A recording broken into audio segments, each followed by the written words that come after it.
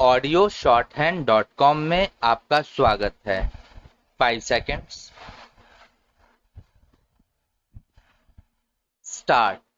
First of all, I would like to say that I have been an admirer of the Indian Railways for its critical support to the life and living of the people in the country.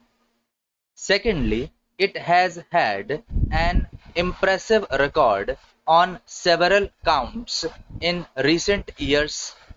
Railways carry as freight items like processed minerals, food grains, etc.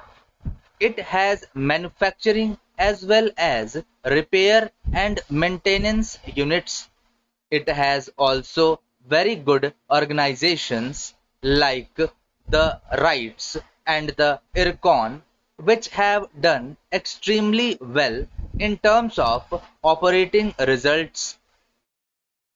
In this connection, let me compliment the Honorable Minister for his very bold confession on the day he took charge that he was taking charge of the railways in a very good condition.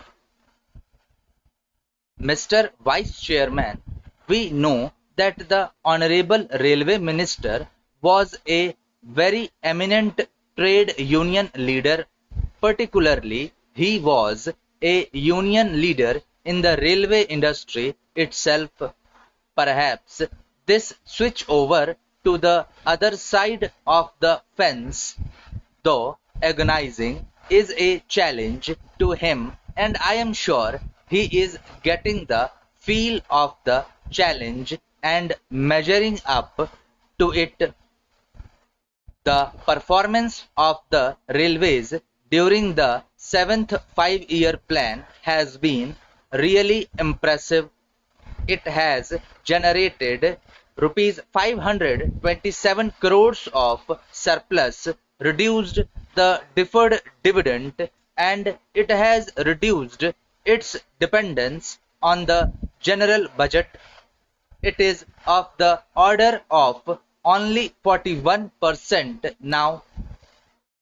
It has also successfully resorted to the instruments of internal resource generation and external resource mobilization from the market.